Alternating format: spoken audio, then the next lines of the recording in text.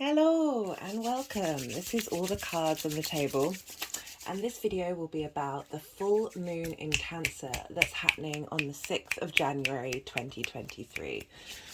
Oh, how is everybody doing? How was everyone's festive time? This is being recorded when the moon is in Aries and it's the waxing quarter moon, so that's when you see the half light half darkness of the moon. It's the in-between period between the new and the full moon. It's the bringing about of light and action into what we established in the new moon in Capricorn. And it's that nice balance between the oppositions that we will have with the sun and the moon in this full moon. That's between Capricorn, where the sun will be at 16 degrees, and the moon in Cancer at 16 degrees. My name's Chloe and I work with astrology, card divination and energy work. As you can see, my hands are moving around right now, and that is independent of my conscious thought. This is going to be a full moon in Cancer. Full moons are when we have the opposition between the sun and the moon representing our instinctive, unconscious thoughts and actions. It's the flow of emotions. It's the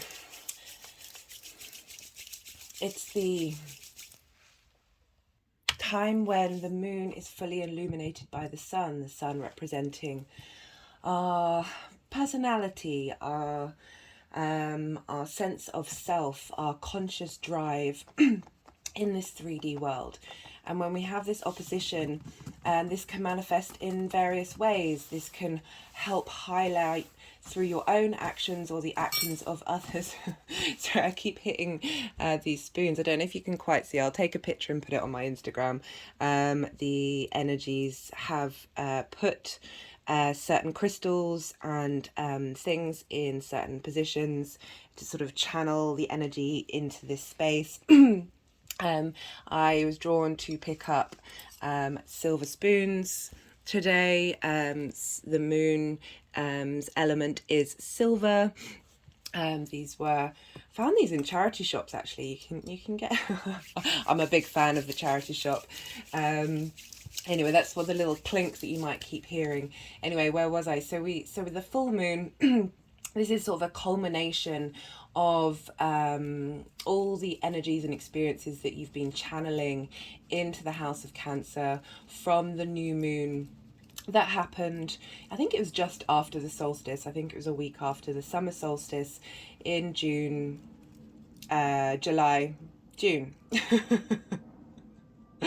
Oh goodness me, those are things that I really should remember. My brain can be utterly ridiculous sometimes, and the Virgo sun in me is forever chastising my total lack of memory. So this is like a culmination period, an illumination period from the intentions that you set during the new moon in Cancer last year. Well, this year will be next year for the full moon. Last year, and this can show up during a full moon either as reaping the benefits and the rewards from the time and intention that you've put during this period, as well as highlighting unworked on traumas and triggers that come up during full moons that can be seen in those around you and in yourself. And I find these to be the biggest lessons when you think you've got everything covered, when you think you're moving forward and integrating yourself. The full moons tend to highlight the things that you haven't quite worked on, or the things that you've missed, the blindsided elements of yourself that want to come up and be seen in order for you to embrace them, integrate them, and this is why we howl at the moon. This is when our animal pure instinct comes out. All that which we haven't quite processed, or that which we've repressed. Oh dear, I wonder what that knocked off. Sorry, sometimes the energies can be quite loud,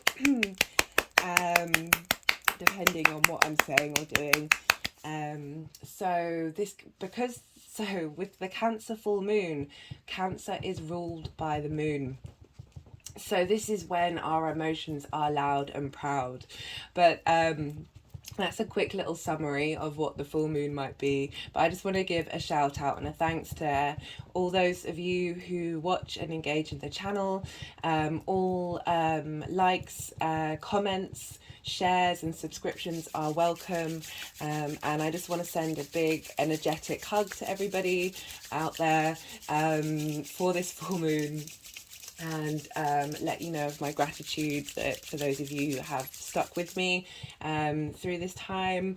And yeah, also just to let you know that sometimes it's worth checking out the description box, because I will write out in detail what comes up, as well as go through the tarot cards that come up. There may be things that I don't pick up on during the reading because there's so much going on, that will come to me after meditating on the video.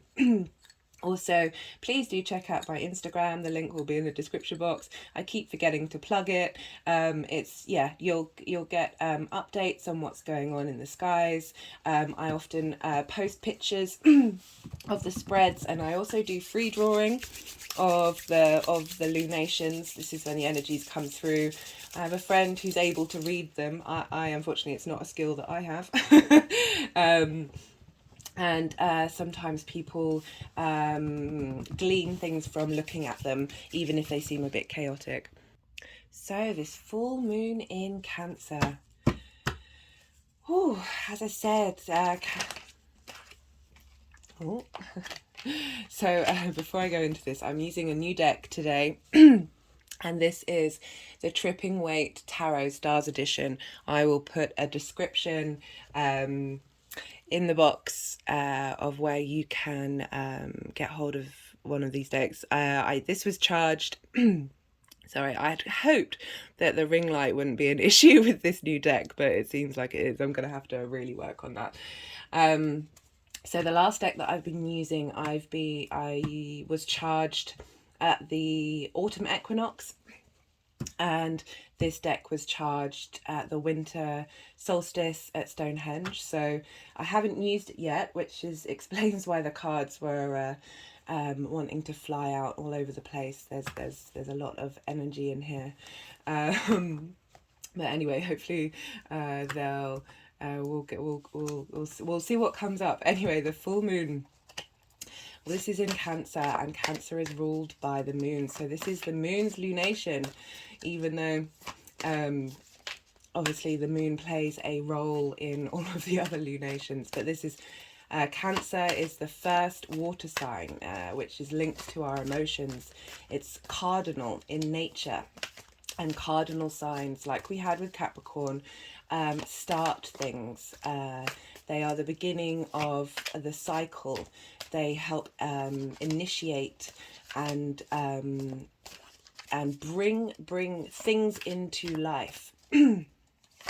Which is interesting when you look at Cancer being the first water sign, and how water helped create life on this earth. And just wonderful that the Empress came up when talking about creating life, as she is the abundant mother energy. And so yes, water helped create human existence. We are, I think it's 80% water. It's also a nocturnal sign, or a yin sign. And this is receptive energy. This is receiving. This is sitting, absorption, a contemplative energy.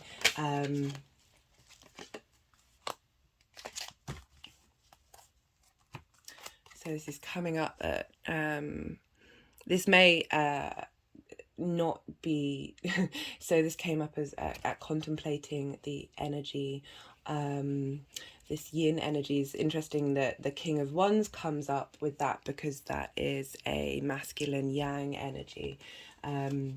So we'll see where that comes out in the reading. I'm gonna have to think on that a little bit more.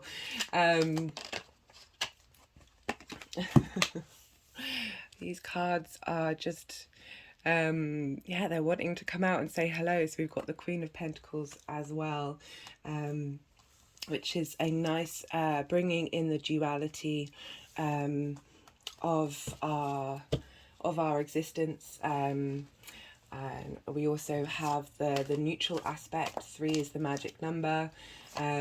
We're here to integrate those parts of ourselves and understand that we are multifaceted beings. I feel like this Cancer full moon is going to be very potent in its showing us what we need to release, really leaning into those big feelings. As Cancer is the first water sign, I link it into the spring, where springs pop up. Is usually where villages were formed, or communities were formed, and that spring would turn into the well. And Cancer is it can be linked into the home. It has the astrological symbol of the crab. And the crab has a very soft exterior and a hard shell.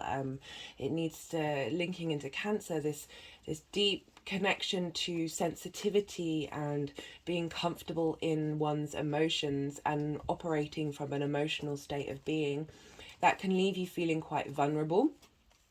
And having that hard shell of Cancer, it's wanting to protect the home, protect your feelings, and I feel that that's when Cancer really is in balance, when it's not one or the other. It's not the softness and it's not the hardness of say having had your feelings neglected, your emotional state ignored. That shell can come up and you can get your defenses up, and the softness within can wither without feeling seen, without feeling that your emotional needs are met. And this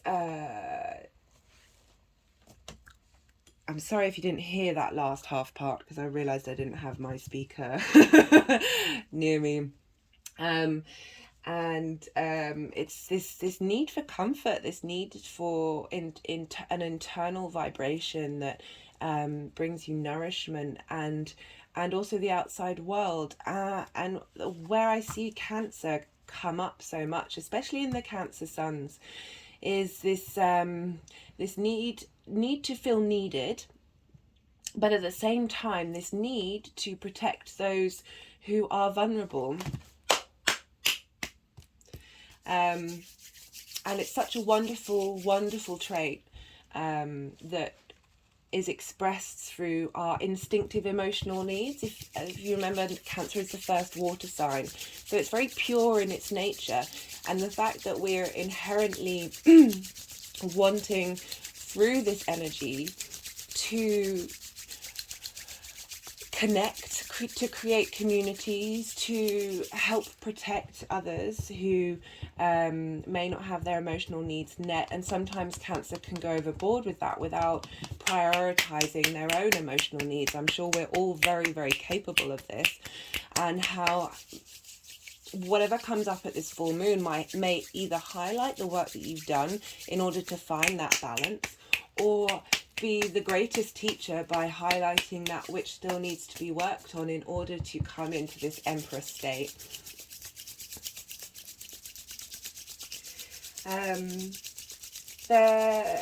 As I said, there's a heightened sensitivity to emotions. So often Cancers can be very psychic, can be very intuitive. If psychic is too loaded a word, okay, they're really not wanting to pick up the cards. And this can help draw in the wisdom from your unconscious, the wisdom from other dimensions, the wisdom from your higher self and help bring that and manifest that into the 3D world. But I would proffer two things that I find helpful for the Cancer energy to acknowledge. And we all have Cancer in our chart. We have every sign in our chart and every aspect. We can draw on this energy. I personally don't have anything in the sign of Cancer, and Cancer is in my 12th house, and that house is the hidden house. It's that which you cannot see. I also have an Aquarius moon, so sometimes I can be very cool and cold in my way of dealing with emotions. But speaking on a personal level in terms of what is been quite a fundamental thing that's happened in my life, it happened during a 12th house perfection year. I'm going to do a video on perfection years because I feel like that really, you may not sometimes notice energies come up in your life, whereas other people do. And this can often be linked into what perfection year you're in. But I'll go into that in a different video. Essentially, I was in a 12th house perfection year, which meant the transits that went through the 12th house would have the biggest impact on that year for me.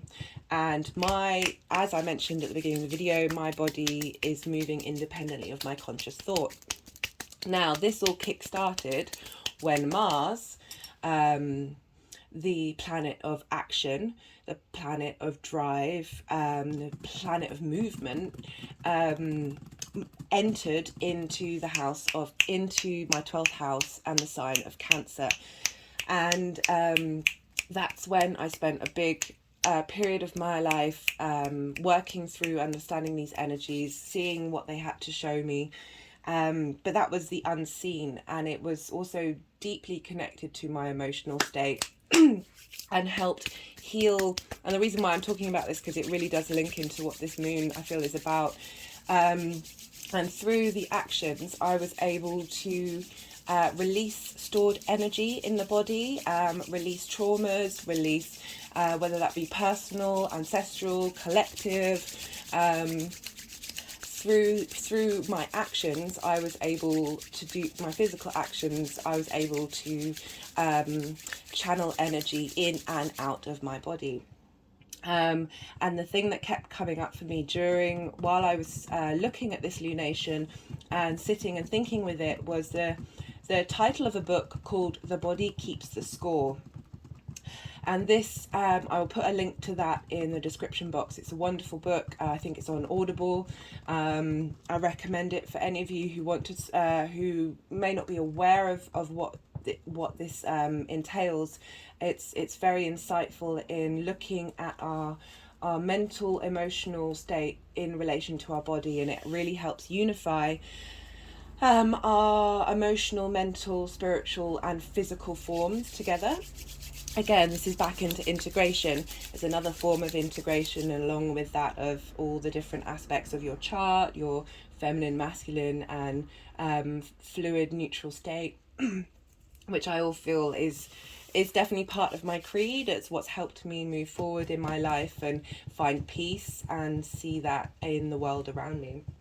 Anyway, The Body Keeps the Score is about how our emotional traumas and impacts that we've had, especially at a younger age, get stored in our body. We have the emotional memory of it in our bodies. And because this is the first water sign, it's the beginnings of life. It's you're exploring what you care about and how your emotions work and what impact they have on you. And with this moon,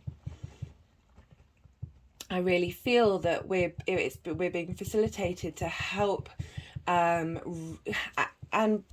going back to the trauma stuck in the body, it interrupts your chi flow, your flow of energy. Chi is an ancient concept from China.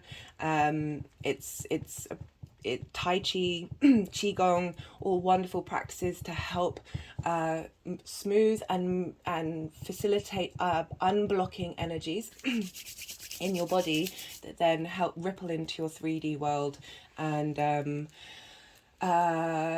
just come to a better space of mind. But where was I? Cancer. Yes, so this is help, and our formative years hold often the deepest hidden, the most unseen traumas of that are still within our bodies, often because we don't have memories of them, or we certainly don't have memories of the emotional connection we had to whatever happened in that moment, and how this big, beautiful, wonderful moon that's happened just after this amazing winter solstice and the Capricorn new moon that happened not that long ago, helping us really ground into reality. So we've got this opposition between Cancer and Capricorn has a very sort of a linear way of interacting with the world. There's a huge sense of responsibility. It's about long-term goals. It's the third and final earth sign, and it's opposite the first water sign, and they are both have yin energy. Water and earth mix well together, and so we have this Cancerian dreamlike state that is spiral more than linear, and having these two combine, we're able to bring from the past, from the future,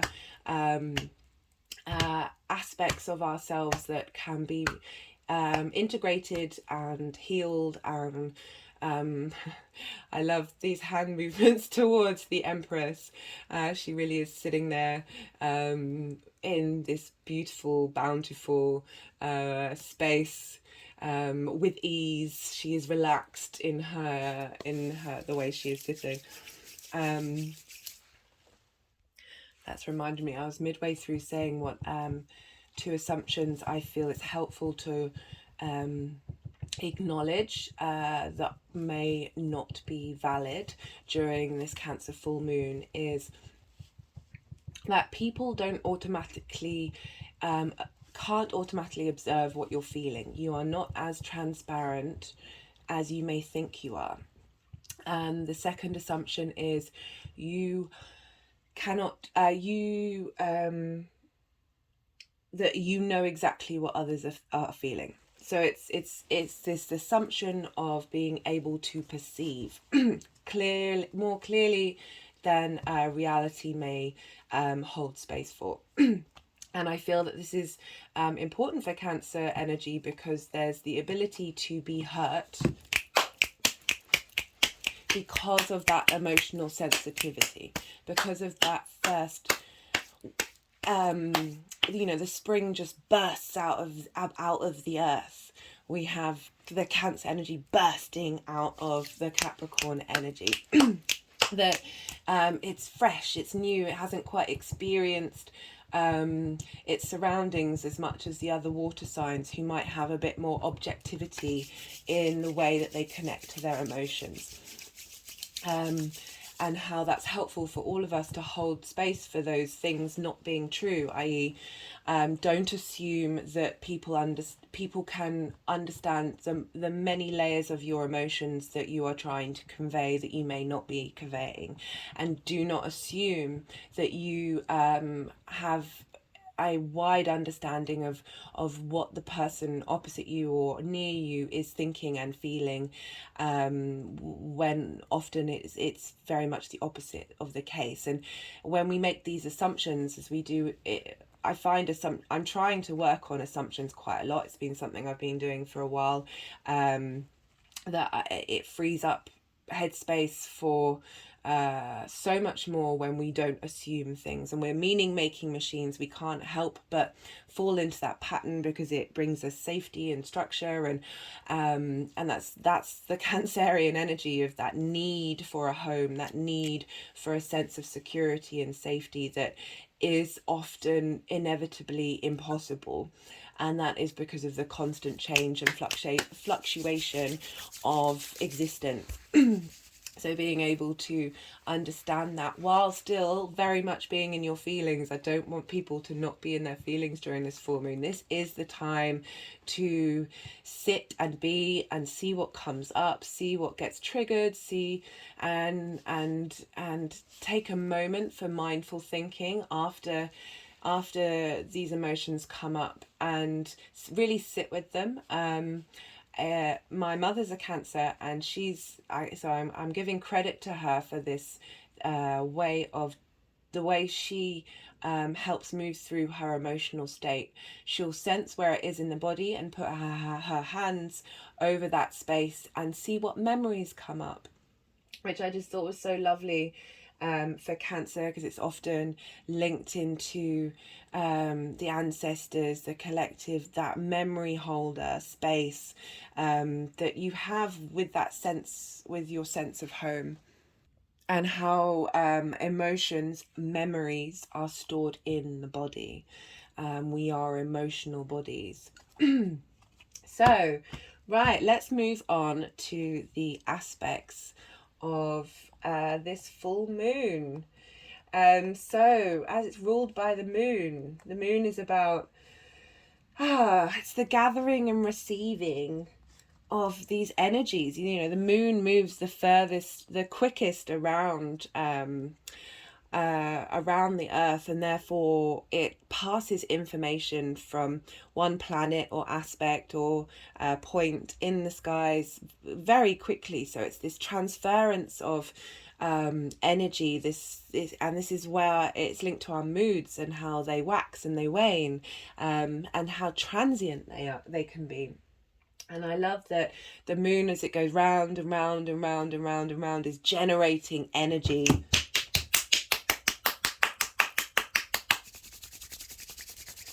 And helps us tap into the cycles of nature and tap into the patterns and cycles and the instincts and the information. Like it's this great gift that we have that helps us translate and comprehend all the other energies, the bigger energies that are out there. We have this wonderful moon that this full moon is a time to give thanks for all of the blessings it bestows upon you. So I just wanted to have a little shout out to the moon. So we have this opposition between the sun and the moon. We have this moon in Cancer with this need for emotional connection, and we have the sun in Capricorn with this sense of responsibility. And a phrase that came up for me while thinking about that dynamic between Capricorn and Cancer is that time heals all wounds.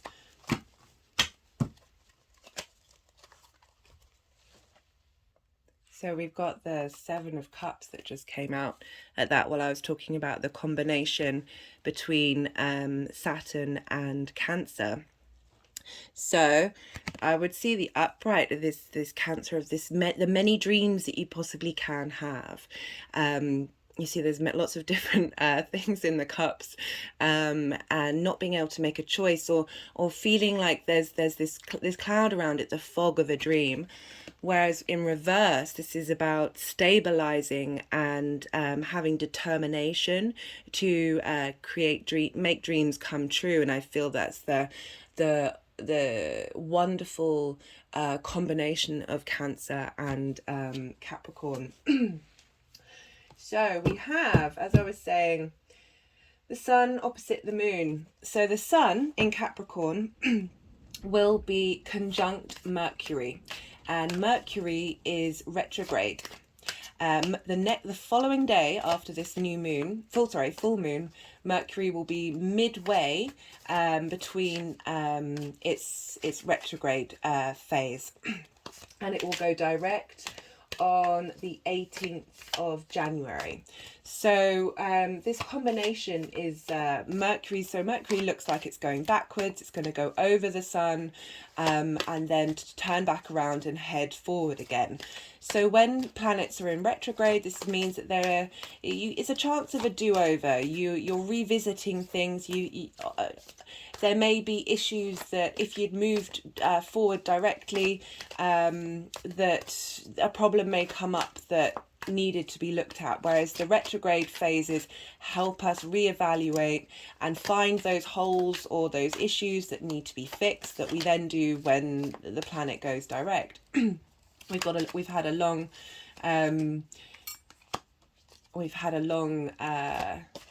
so this came out when I was talking about the planets going direct. So this is so funny. So this is being given a gift from the past. So it's like and it's also linked to memories and revisiting the past. And the past coming back, or an offering of some kind. And so with the retrograde motion, you are going backwards. You are revisiting the period beforehand in order to be able to move forward, and you're being given a gift by this retrograde to help you and I love that it's cups, so it's an emotional connection as well, but it's just being put over the upside down Seven of Cups when I was talking about Saturn, and Saturn rules Capricorn. That this, I feel like, because of this midway point with the full moon, in the midway point of the Mercury retrograde, that it's going to have a big impact on how the rest of the retrograde will look, and then where we are moving forward. We've also going to have Mars go direct on the 12th. We're going to have Uranus go direct, I think it's on the 21st, and these are all planets that have been impacting us in these lunations, where I've said, look, I don't think things are going to manifest or come about, especially with that eclipse in Taurus, aren't going to come about until certain planets go direct. I wonder if, no. I was just wondering if they want me to read that poem. So, yeah, so this is Perspective, and I'll just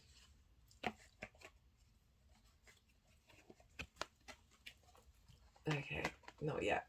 So I didn't feel quite like the right time to read the poem from that, so that's why I was pausing. But again, the Mercury retrograde, any retrograde, helps us give perspective.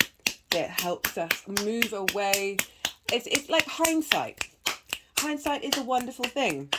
And retrogrades give us hindsight. They help us give a bit more clarity, understand a bit more pieces of the puzzle. So during this lunation, back to the lunation, we have this conjunct the sun. So in Capricorn, so this is helping us revisit long-term concepts of oneself, the sun.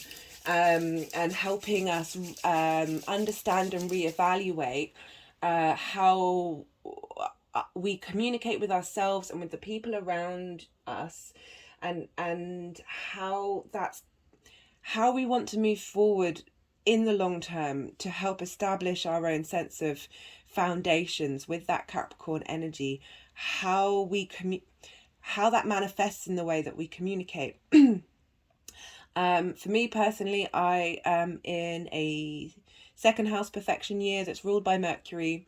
So these Mercury retrogrades are having a big impact. And when Mercury went into its shadow period, which means the period that covers from, I think it's 8 degrees of Capricorn, I think it was on the 12th of December.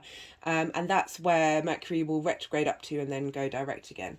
And you can often feel the shadow periods. And I just found that I was finding it really difficult to to handle communication that wasn't mindful, and it was in myself as well, as much as the outside world, of not stopping to pause and think before offering up communication. And so this the so sorry, Mercury will be moving back. So Sun will be here at 16. Mercury is here at 17, and it will move backwards over 16, backwards over the Sun. I think it's the next day. And so Mercury is receiving, because it's less than 1 degree, no, just over 1 degree from the Sun. So it's receiving all of this light. It's getting transformed by this light to help it on its retrograde period, to help all of us on that retrograde period. So not only do we have this wonderful lunation that is happening in Cancer, our ability to communicate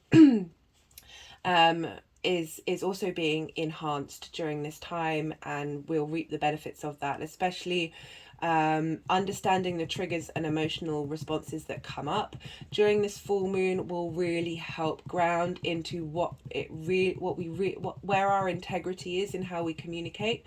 So this would be an appropriate time to read this poem. So the story behind it is very apt to not only Cancer, but this Mercury retrograde happening during the same time in the opposite sign. So I'll read the poem, and then I'm going to read the story that's been written underneath it. This is a deck by Ari Honarova. Apologies for not getting that fluid. I will put the link in the description box. So, let us break the wine jug and let the wine flow. Nothing will be left of these earthly things, knowing we are nothing. We are free to be all this and all that is not. Like the caterpillar, we devour worldly concerns and worries, but we become silent in the cocoon of love. Then we settle into timelessness. Our home becomes the beloved's safe embrace. When the heart is aflame with love, it contains nothing and everything, and we are free to be all that is and all that is not. Now, for me, this links back into those assumptions that I was talking about, and also Cancers tend to, because of their emotional sensitivity, they'll pick up on a lot of collective stuff and worries and fears, and how these things, these assumptions, these worries, these concerns, they narrow our ability to fall into the now. Like, a lot of practices ask you to be in the now space. And that is because when you are in the now moment, you open yourself up to the vast amount of possibilities that the universe can provide for you. With our emotional traumas, we are often triggered and move into spaces that are completely novel, and yet we still respond to them with the same triggers, rather than just opening up that space and allowing for whatever happens to happen, rather than falling into that space of consumption. And what else did it say? Yeah, when the heart is aflame with love, it contains nothing and everything, and we are free to be all that is and all that is not. So there's this difference between love and being needed. And I think that can get quite confusing sometimes. And this sense of there's a containment with need, whereas with love there is expansion. But I want to read the story because this is linked into words and linked into what I was saying about being able to forge forward with your communication styles and what long-term impact that has. Once there wasn't, once there was. A shopkeeper had a clever parrot with a beautiful crest on its head. The parrot was a great asset to the shopkeeper, as he had learned to speak with customers and had a sharp wit. One day, as the parrot was flying around the shop, he knocked over an oil jar. The jar broke and the contents spilled all over the shop. Furious, the shopkeeper grabbed a stick and hit the parrot on the head, knocking off his beautiful crest and leaving the bewildered and hurt parrot bald. From then on, the bird stopped speaking. The shopkeeper regretted his actions and apologized, but neither he nor his customer could coax the parrot into coming out of his silence. The shop lost both its vibrations. Sorry if you can hear pattering, it's my feet bouncing up and down. Its vibrance and its customers. One day, the depressed shopkeeper sat on his step, watching people pass by. A bald man approached. The parrot broke his silence and said, "Oh, you broke an oil jar too." It is easy for us to confuse our personal experiences with reality. How often we make decisions based on incorrect assumptions. It is time to step out of our narrow perspective and look at the world through different lenses. To connect with others, we must work to develop a more refined and less dogmatic world view. And when we do look at the world through the eyes of love, we become free to be all that is and all that is not. Now, I want to link back into trauma for this, because the parrot and we assume things happen that are entirely down to us. This is in particular with trauma that we faced during our childhood, because we're running around in subjective mode and we think the actions of everyone around us are personal, are linked to us, and then that is then reflected in our programming and our trauma in the way that we go about in the world. So this parrot is assuming that this bald person also knocked over a jar of oil in order to become bald. Now, this is an assumption that this parrot has made, and it's based off of a hurt trauma of being hit and being not cared for, not valued, not seen, not respected, not having its emotional needs met. But in order for us to set ourselves free from these things, we have to do. There are many ways of going about it, and it can happen quite naturally without having to do the work. This may be what happens during this full moon, that you could set the intention of releasing energy that narrow your sphere of vision, both for yourself and for the people around you. Again, another card that came out, two wanted to come out for this reading. I usually only pull one, and this is the letting go card, and I think this came up in the Gemini full moon. I'm not going to read the poem, but it links into, in order to widen our perspectives and be the abundant state of the Empress, there are things that we need to let go, and we can do that mentally by noticing things, or just physically doing like an intense breathwork session can help release energy without you having to do the mental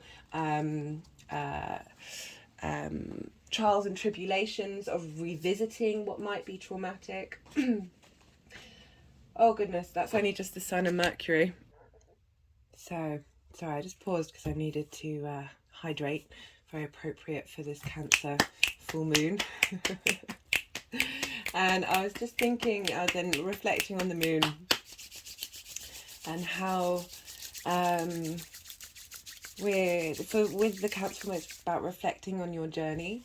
The crab moves in a sideways direction. It doesn't go straight from A to B. It sort of loops round. Like reflecting on where you've been. Often we don't do it often enough, and we're often very hard on ourselves, and keeping that constant drive to potentially belittle yourself and your journey and where you've been and why you aren't where you are and why you aren't further along. It can get to us quite a lot, and how if you just reflect on where you were for the Cancer new moon and see the beauty that you as a human have been, and embrace that wonderful feeling of your own existence. And I say that as someone who's struggled with that for most of her life. And the more kindness one gives to oneself, so the emotions are, I keep jumping all over the place, and I really haven't got into any of the aspects apart from the first one, so I need to hurry up. I appreciate these videos are very long. Constantly aware, and how love is one of its vibrational level is vast, and so our heart space, it's 3 feet on the electromagnetic field, and the mind is 3 inches. When, you know, she's the Empress has the Venus symbol in her heart here, and so this card came out and wanted, this was in the last reading, this was in the Capricorn and the Winter Solstice, and it was about connecting with your animal side, getting deep into your sense of self as a human being, not a human being in civilization, but your human needs, and howling at the moon. And so interestingly, the moon is very, very conjunct to the fixed star Sirius, which is at 14 degrees of Capricorn. And Sirius was Orion in Greek mythology. Sirius was a loyal dog of sorry,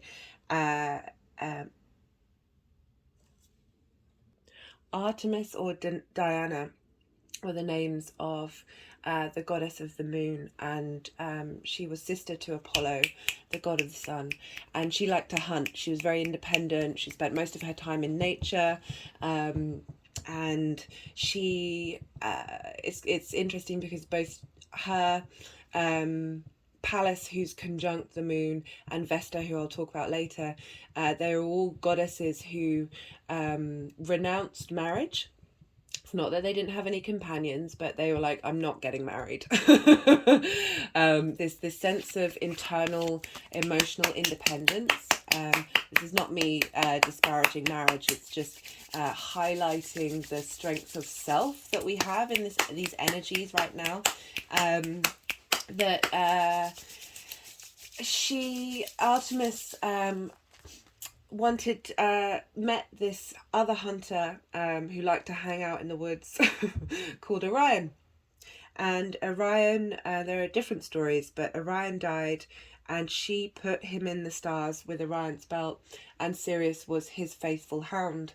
And it made me think of the animal, and on this card is the wolf, and and I think this is the wolf moon. Is this the wolf moon? And dogs came from wolves. There's an argument that wolves tamed us.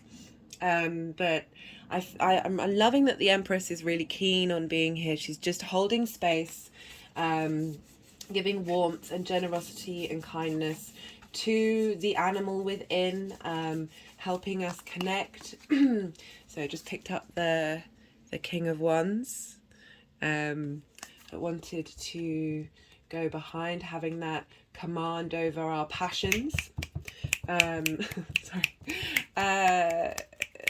Wands are fire, the fire sign, and that's linked to motivation, drive and passion. Our animal passions, being able to have some sort of not command, but a sense of justness, of ruling over I don't want to limit that too much, but just this groundedness, this maturity that comes with the king to help us integrate and understand that aspect of ourselves. So we have the moon conjunct Pallas in Cancer. I've really enjoyed Pallas's journey through Cancer. It's Pallas Athena. She's the goddess of wisdom and learning. She was also one of the goddesses who chose not to get married. She was very independent. She was very revered in ancient Greece and ancient Rome. And she is helping us. I think she's also retrograde. Oh, okay, no. So, as I was talking about Pallas, so the 8 of Wands came through. And as you can see with the 8 of Wands, the figure is blindfold, and what looks like is surrounded by swords. However, there's a way out, and I love how there's a moon in the background as well, and a full one. How removing that blindfold shows us that there is a way out of that anxiety. And we also got the 6 of Wands, which is the victory card, and that card's come up quite a few times in the readings, which has been lovely. About how, so Pallas is helping us with the moon. It's about bringing clarity to our unconscious, our emotional needs, and like there's a coolness to Pallas, and she's helping us be more self-sufficient in our emotional needs. That's not to say that you shouldn't involve yourselves with other people and have communities and tribes. That's one of the most wonderful things about being a human being, but not relying on others for your emotional abundance, because that can lead to feeling trapped by situations that actually you have more control over. And Pallas is helping us embody those instinctive emotional instinctive instincts. Help us embody those more, embody that and draw out the wisdom from those, from these emotional responses that we have. And again, use them as gifts to help give us more perspective. So, right, there are two main aspect patterns that I want to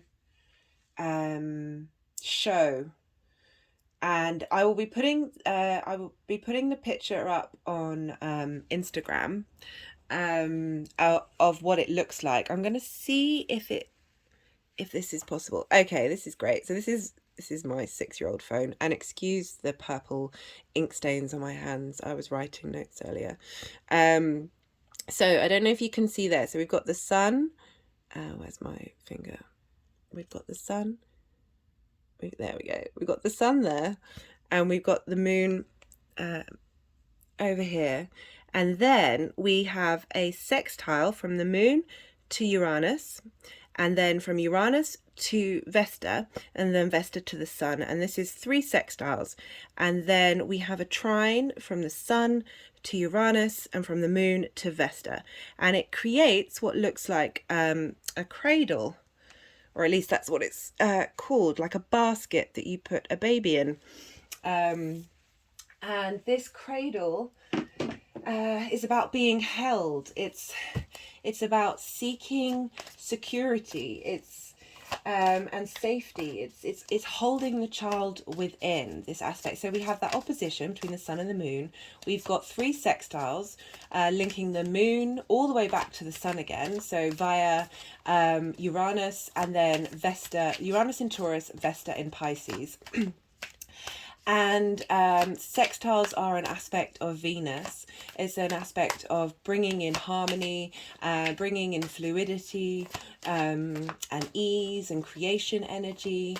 And we also, at the same time, we have a trine between Uranus in Taurus, and which is an earth sign, and the sun in Capricorn, which is an earth sign. And trines are aspects of Jupiter, and this is about bringing about opportunities. This is about facilitating expansion. And again, we have another trine with the moon in Cancer, which is a water sign, with Vesta in Pisces, which is a water sign.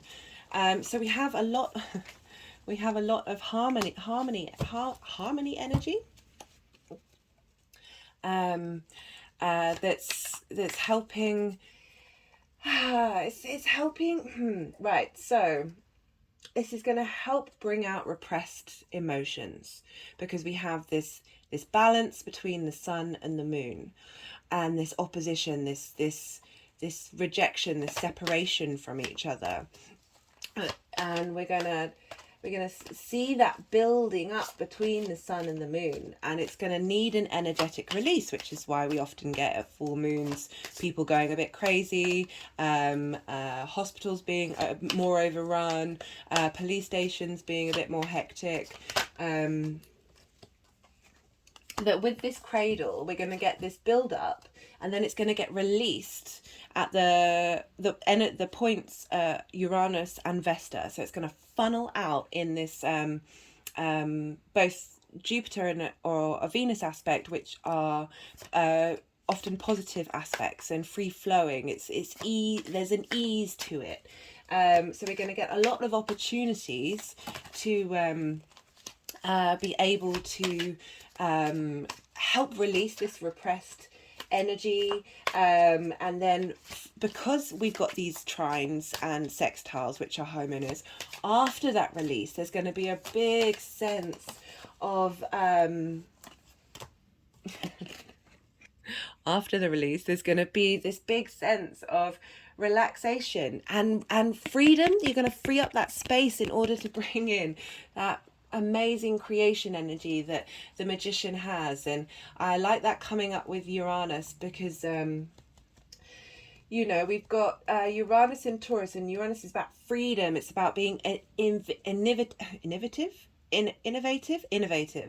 It's about flipping things up that you're not used to, changing things in a different dynamic. And that's in the first earth sign of Taurus. This is about what you like, what the things that you value, your possessions that you draw into you. It's often linked to food. With Cancer, we've got this sextile, this like nourish yourself. That can be soul food, that can be physical food, but go about it in a different way. And I really like this Vesta aspect. And Vesta was also called Hestia, and that would come, and our word hearth comes from that, and every house had a hearth, and you tended to that flame. It's that the daily ritual of the flame, of keeping it alight. You were then able to cook food on it. It's about really having a sort of spiritual daily practice and daily rituals. Interesting that the Chariot came out at that. I feel that that's coming up from the energetic release, that the Chariot's all about momentum and moving forward, and honouring Vesta in this way, and in your daily practices and your routines and connecting to the earth. It doesn't, spiritual is reflected in however your practice is helping you bring in taming the Sphinx, the yin and yang element, and having the yang within the yin and yin within the yang, and finding that balance. And the yin yang sign is actually called the Tai Chi. I was talking about that earlier.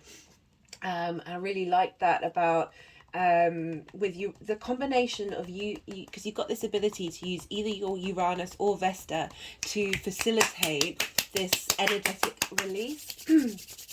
And with Uranus being linked into the moon, It's going to be like a stimulating home life and definite emotional healing by using these two tools to help you navigate conflict. New ways of looking at your home and food and your spiritual food and how that brings you nourishment, and helping bring in that emotional connection to the Capricorn new moon intentions that you set.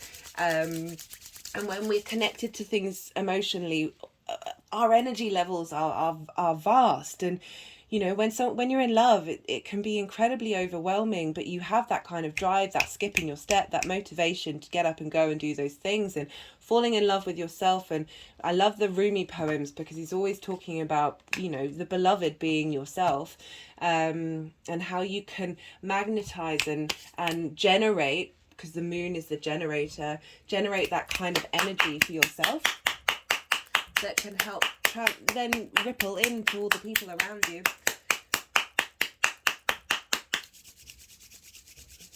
So we've got the devotional aspects of Venus, we've got the stability opposition aspect of Saturn, and we have the opportunity aspect of Jupiter. I feel like these are really key words for this moon that yeah, so we had the Star and the Ace of Wands come up, and I love that because the Star is very much about getting back into nature and getting back to basics and simplifying your life, tending to that which is it's also wish upon a star. We have the star Sirius very closely conjunct, and what I meant to say about it being a dog is that not only connecting to the wolf of our animal instincts, but also the loyalty and companionship that dogs represent, and just the protective energy of the canine, and that loyalty and that sense of that pack mentality that we can have in a positive way. So that's the cradle that we have.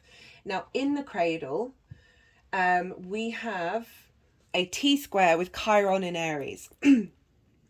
So if you think about that opposition with the 3 sextiles and then the trines going across, usually with a cradle it can be a little, it doesn't necessarily manifest things in the world because there isn't a square.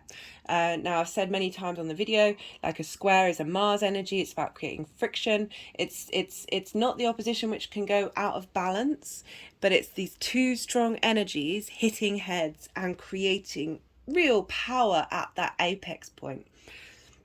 So we have between the sun and the moon a square with Chiron in Aries at 12 degrees, and that square is crossing over the trines and some of the sextiles, which is giving that 3D motivation, realization energy that's helping facilitate. And I love that it's with Chiron.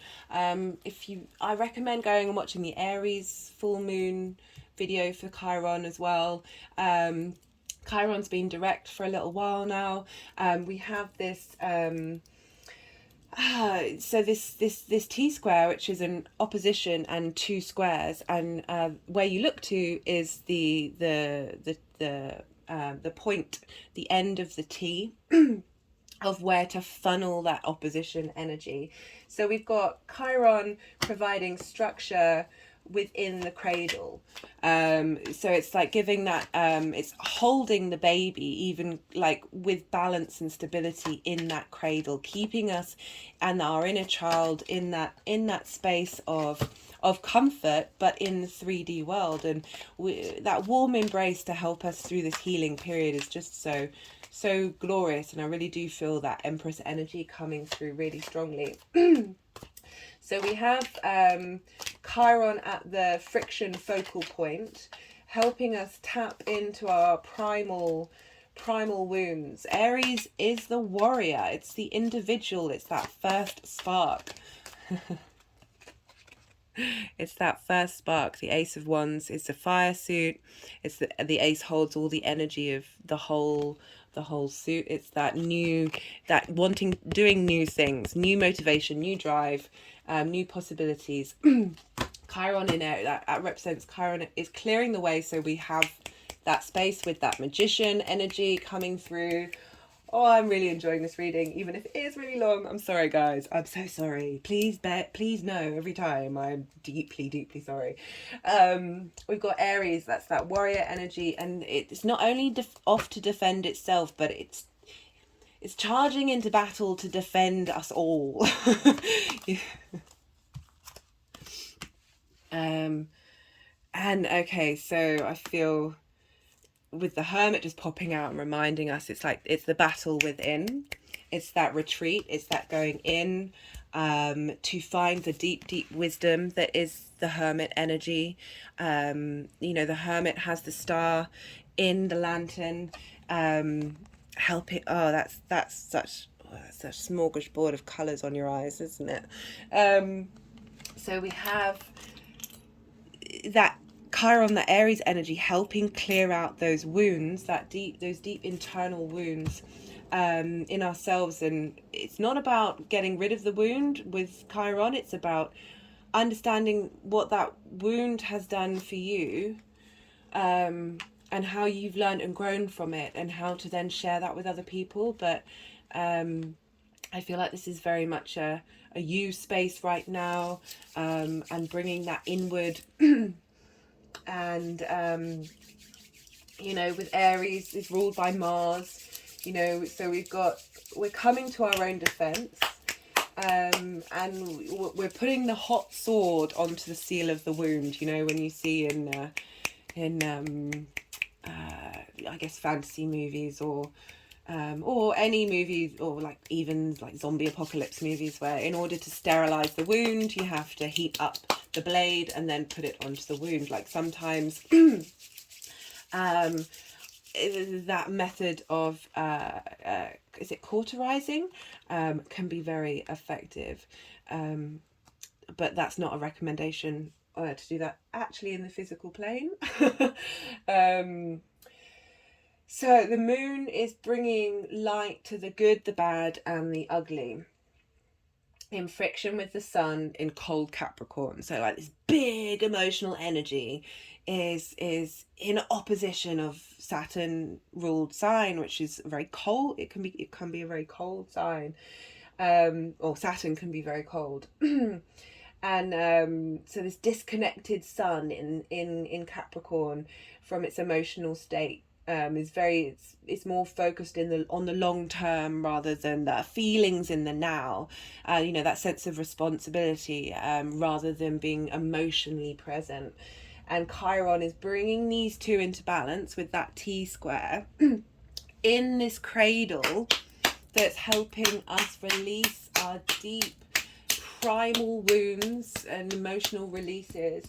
And it's helping bring in balance and integration in the physical sense of who we think we are.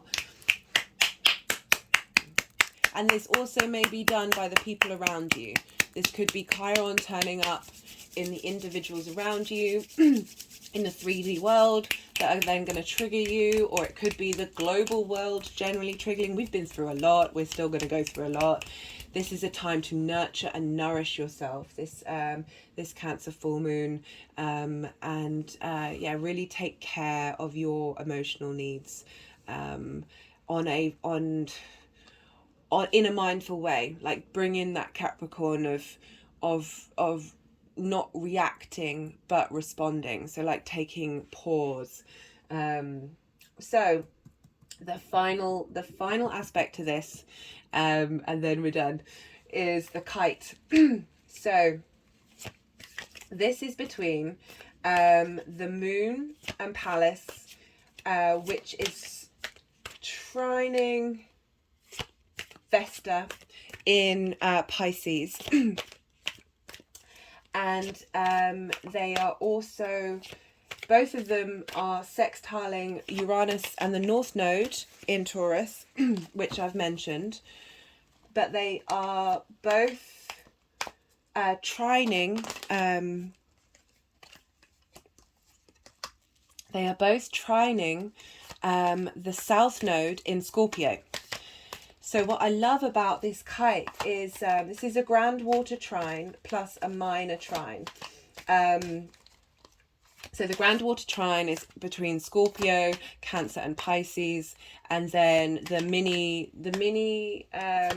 minor trine is the two sextiles and the trine between the Moon, Vesta and Uranus.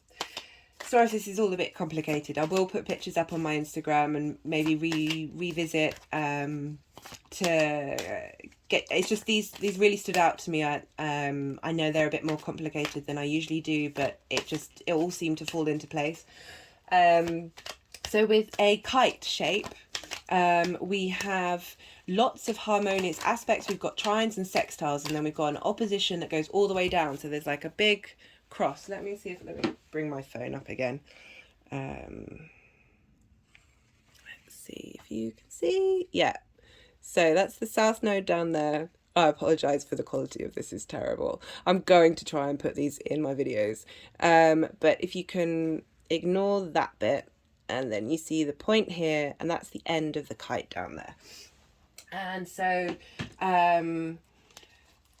because of all the trines, you've got a lot of opportunities coming your way, a lot of abilities to navigate this this particular energy. And with the opposition between Uranus and the North Node and the South Node, we are given this sense of desire to try and test things, like because of all these opportunities and because of these sextiles and the harmonies, but with the opposition, it gives you space to sort of look from one perspective to another. And having the south, and with so the Three of Wands is about the work that you've been doing, keep doing it, but the ships are sailing out into the, and so it may take time for things to for the rewards you reap to come in. So it's about wanting to try and test things and keeping relevant to yourself in the here and now, rather than responding in ways that are based on old environments, old situations that aren't relevant to the right now.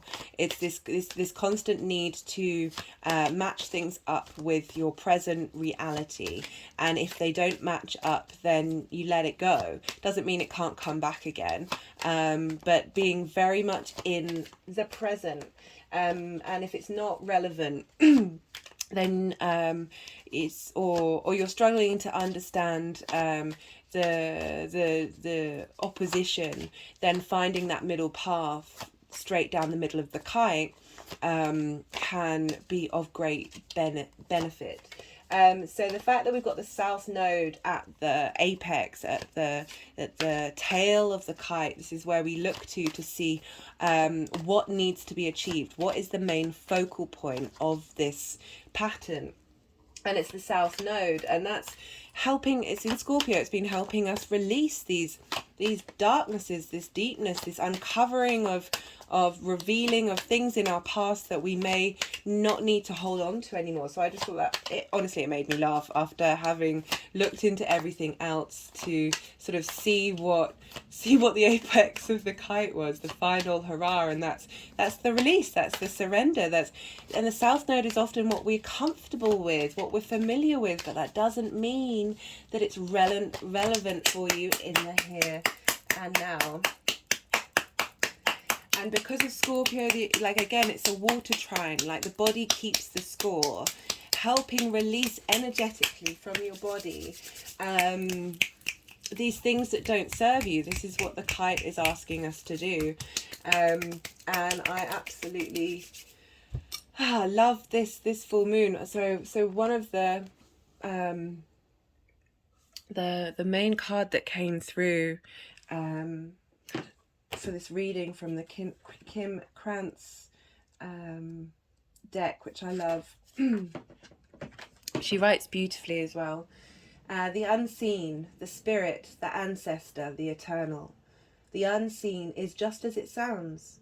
We cannot see it, yet it sees us. watching and waiting with wisdom, both kind and instructive.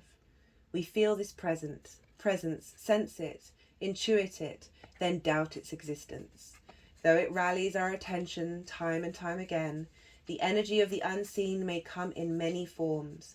A compelling dream, a sudden insight, a clear voice, a vision or message from a loved one who has passed to the other side. It is natural to fear these communications as they challenge our perception of what is real. When this card appears, your guides are near. The eternal is present. The doorway between worlds is ajar. Listen, the sound may seem as though they came from a different land, but they call from your innermost chambers.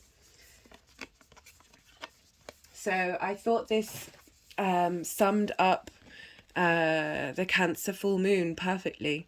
Very psychic, very intuitive, also helping us learn that it all comes from within, and potentially listening to the voices and the memories and the stories of your unsung, unheard trauma that is being sung in a different way. They just put the perspective card behind and helping us, guide us, being there for us, present for us in this journey that we're on, and providing a source of nourishment. So messages from the past and the star, they're wanting to stack on top of the unseen. So the beautiful Sirian energy is helping navigate this, as well as so many other things.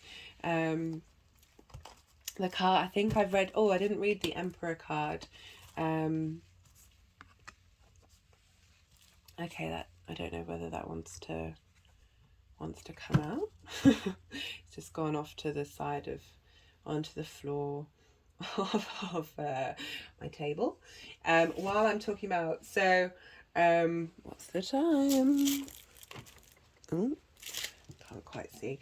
Anyway, so that was the last aspect that I wanted to talk about. I wanted to remind you of like the devotion of Venus, the opportunities of Jupiter in terms of the aspects, not the planets, and the stability of Saturn. And we also have the drive of Mars coming in, forming that supported cradle with a weird kite coming out the other side. So the crystals that wanted to come out to play today were sodalite, which is this crystal here, this formation here. This is just a rough piece. Wants to go that way. Okay. And this helps eliminate confusion, aids in direction of purpose with lightness of heart, encourages self-esteem, self-trust, and trust of others. I think that's really important for the Cancerian energy that we have, of how self-esteem and self-trust in ourselves then ripples out to trust in others, and not making assumptions about how they feel and how they resonate with how you feel. Enhances truthfulness of emotions, allowing one to recognize and verbalize true feelings. And so a lot of this so I've got a fair amount of selenite, which I use this on to energetically clear, and it's very good for moving up and down the spine. We also have the knife, which has come through before, a palm stone, and they all want to be stacked together. Okay, and this little ball. I find the energy of selenite really quite phenomenal. It's very calming. I sleep with it often if I have nightmares.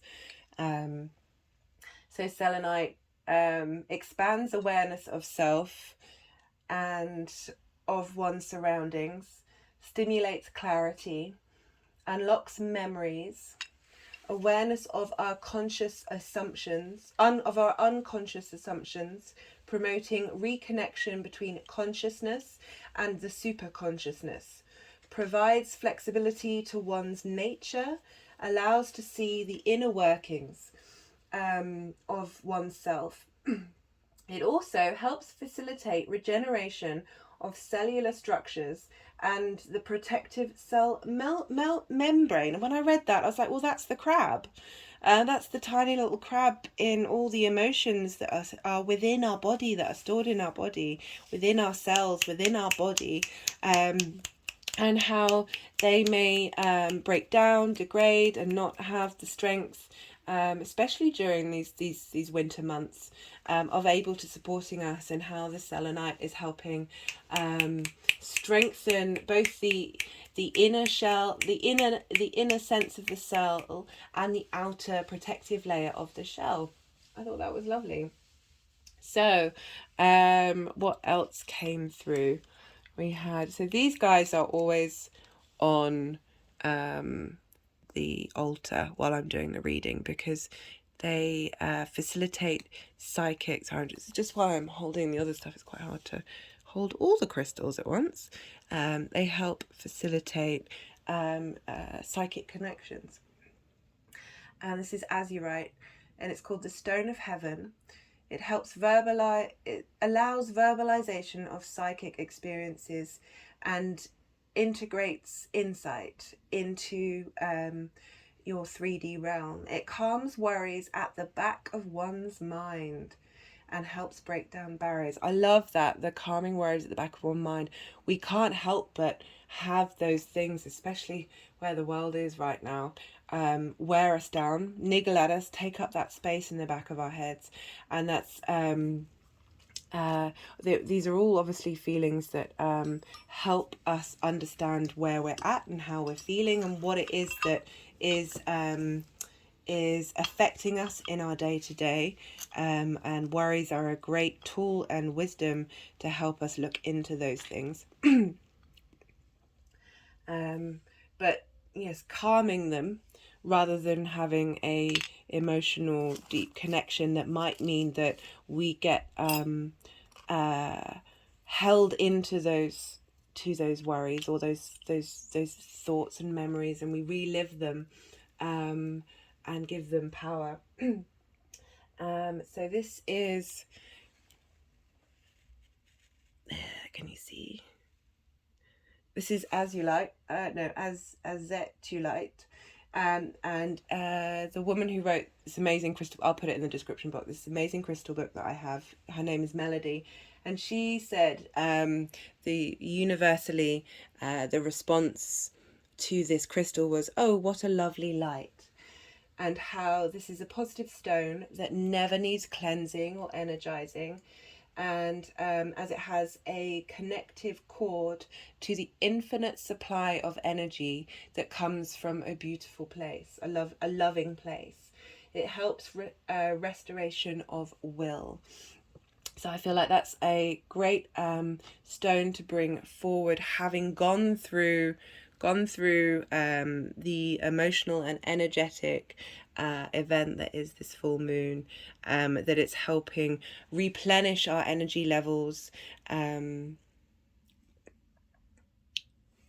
restoring our sense of will. So this is libenethanite, and this has come up before. This integrates old ways on a new journey, enhances perception, allowing for focus on the root of solutions, helps to decrease mindless speech. So I like the fact that it's helping bring in old ways into a new journey, because it's all about the integration. Some things, and integration can still be integrating something and transforming it, that energy, even if it's not something you want to take with you, transforming that energy. Let's see if any last cards want to come through, although I feel like they were quite powerful. Transforming that energy into, we just got the Justice card come out, transforming that energy into something that does serve you, and it comes from the root of something that may not have done, but has helped you grow and understand the complexities of the world. Well, the bit that made me laugh was the helps decrease mindless speech, and I feel like that is definitely linked into the Mercury retrograde. Anyway, I hope that all helps. Reflect on your journey, be mindful of your emotional state, maybe do some practices that so there's this thing called the havening technique. So say if something really comes up that is quite triggering, and you have a big emotional response, I recommend the havening technique, where it's using rapid eye movement as well as visualization that helps create new neural pathways where you're not as emotionally connected to that thing that's triggering you in that way. Yeah, sending all of my love, and I'd love to hear your full moon stories, what happens, and know that you are being, you may not see, but the unseen is always there. Spirit is always there holding us, even through the trials and tribulations. They are part of our human existence. And nourish yourself, nourish those around you, cook a lovely meal, feed your spirit, and hydrate. Drink that spring water, and enjoy the emotional sensitivity, the psychic membrane being thinned during this period, and see what, maybe record your dreams, and see what comes up. Sending you all of my love.